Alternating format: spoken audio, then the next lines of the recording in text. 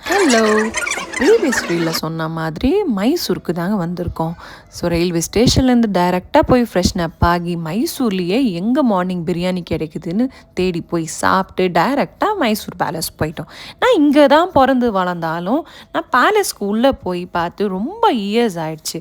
சும்மா எப்பவும் பேலஸ் வெளியே போய் லைட்டிங்ஸ் மட்டும் பார்த்துட்டு நாங்கள் கிளம்பிடுவோம். பட் இந்த டைம் உள்ளே போய் பார்ப்போன்னு பிளான் பண்ணி போனோம்.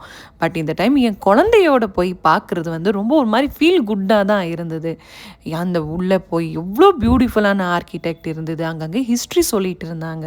இந்த கிங் ஃபேமிலியெல்லாம் எப்படி இந்த தசரா டைம்லலாம் என்னென்ன ஃபார்மாலிட்டிஸ் இருக்கும், அவங்க எங்கே இருந்து தசரா பார்ப்பாங்க, ஈவன் ஒரு மிரருக்கு அவ்வளோ ஒரு ஹிஸ்ட்ரி இருக்குது, அதோட ஸ்பெஷாலிட்டி என்ன, எங்கேருந்து அவங்க இம்போர்ட் பண்ணாங்கன்னு எல்லாமே அவங்க சொல்லிகிட்டு இருந்தாங்க. ஸோ இதெல்லாம் பார்த்து அங்கே கொஞ்ச நேரம் டைம் ஸ்பெண்ட் பண்ணி எங்களுக்கு எப்போவும் ஒரு ஃபேவரட் ஸ்பாட் இருக்குது ஒரு மைசூரில்.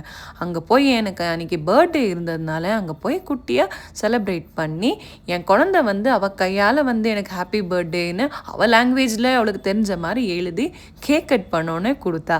இப்படி தான் வந்து என்னோடய பர்த்டே செலிப்ரேட் பண்ணி நாங்கள் வந்து எங்கள் டே வந்து கம்ப்ளீட் பண்ணோம்.